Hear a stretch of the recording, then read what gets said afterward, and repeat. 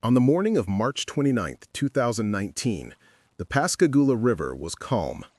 The conditions were, by all accounts, perfect.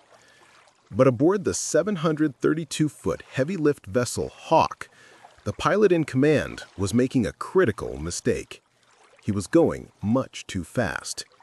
At 10:12 a.m., that single mistake triggered a $20 million collision, smashing the Hawk into a testing barge and a brand new U.S. Navy destroyer. This is the official story of a slow-motion disaster and a captain's warning that was ignored. The MV Hawk was not a normal ship. Built as a tanker, she was converted into a heavy-lift vessel, a brute designed to haul immense, awkward cargo. On this day, her cargo was a floating dry dock, constructed in China and destined for the Ingalls shipyard in Mississippi. This cargo was a monster. It was so large it blocked all forward visibility from the ship's main bridge and all aft visibility from the sea bridge. It overhung the sides by 25 feet and created a combined sail area of over 92,000 square feet. The Hawk was heavily influenced by the whims of the wind and its own tremendous momentum. The men tasked with guiding this beast were 3 seasoned harbor pilots. The conning pilot, Pilot 1, had 14 years of experience and had piloted over 3,000 ships, but he'd never handled a cargo of this size. And that set up the core conflict. The Hawk's own master knew his ship. He knew that when loaded like this, she reduced speed very slowly. About 2 miles from the river entrance, he specifically told the pilots they needed to slow down early. It was a direct warning from the man who knew the ship best. But the pilot, concerned about losing rudder control, had a different plan. The disaster began as a chain of seemingly small decisions. The first domino fell when Pilot 1 chose not to reduce the ship's main engine speed after the master's warning. Instead, he ordered 2 tugboats, the Signet Victory and Signet Valiant, to drag on the stern. His plan was to use them as brakes to slow down the vessel. But the master's warning was disregarded. As the Hawk passed Beacon 47, just 1 mile from the final turn, her speed was still 7.5 knots, too fast. Pilot 2 even stated to investigators, quote, "We need to slow down." The second domino. Realizing the ship wasn't slowing, Pilot 1 ordered the tugs to back half, then back full. But the ship's massive inertia, the very thing the master had warned about, was simply too much. The 2 tugs, with a combined rating of only 85 tons of bollard pull, were overwhelmed. The third and final domino was the turn itself.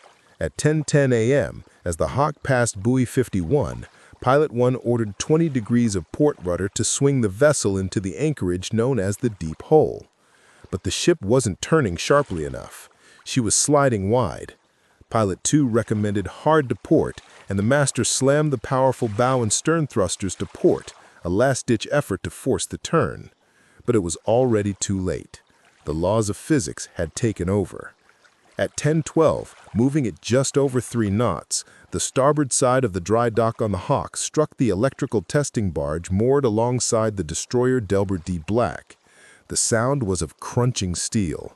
The impact drove a 3-foot steel beam on the barge directly into the destroyer, tearing into its weather decks and aft superstructure. The barge itself was forced into the destroyer's hull, breaching it at the waterline and causing immediate flooding in berthing and equipment spaces. On the barge, an electrical fire erupted. On the destroyer, shipyard workers scrambled to evacuate. Frantic orders were given.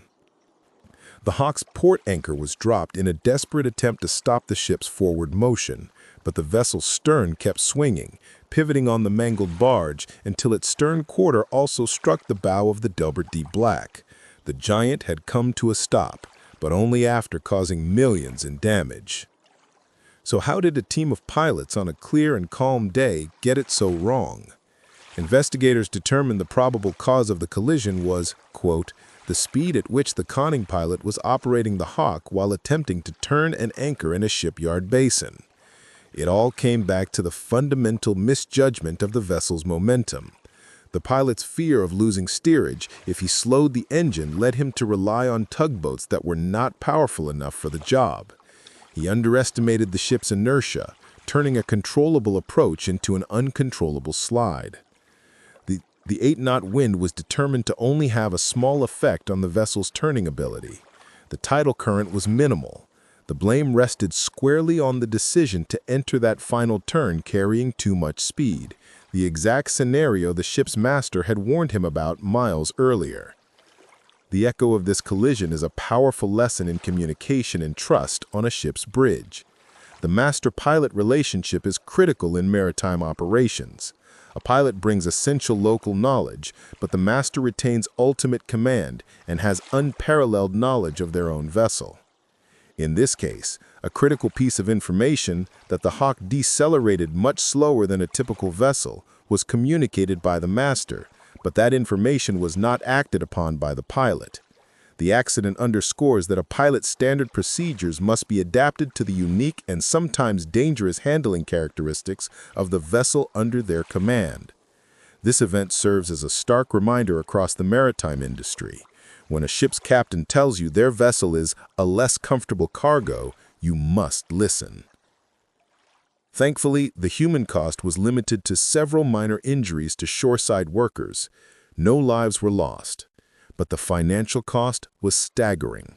The damage to the floating dry dock, the barge, the destroyer Delbert D Black, and the Ingalls Pier was estimated between $15 and $20 million. 15 gallons of mineral oil were discharged into the Pascagoula River, a minor spill in the context of the collision, but a reminder of the environmental risks. The destroyer, still under construction and yet to be delivered to the Navy, required extensive repairs before it could finally enter service. The Hawk, finished with its journey from China, left a scar on the shipyard that would take months to heal. The dynamic on the bridge of the Hawk raises a question every professional has faced in some form. It's the conflict between established procedure and expert advice that contradicts it. Who do you believe holds more responsibility in a situation like this? The expert with local knowledge, like the pilot, or the ship's master? What do you believe was the single most critical mistake made on the bridge that day? Having transited Pascagoula with their pilots, I think all of the blame is on the pilots. I had a similar bad experience entering Pascagoula with pilots in a deep draft vessel. The pilot was on board before we entered the channel. Prior to us entering the channel, we were proceeding at a slow speed and the pilot gave us a course to steer that would have had us running aground on a dredge spoils dumping ground. His instructions and reassurance were heeded, up until the fathometer made it clear that a course change was required. This channel is dedicated to analyzing marine casualties through the eyes of a current mariner and to ensure these lessons are learned and never forgotten.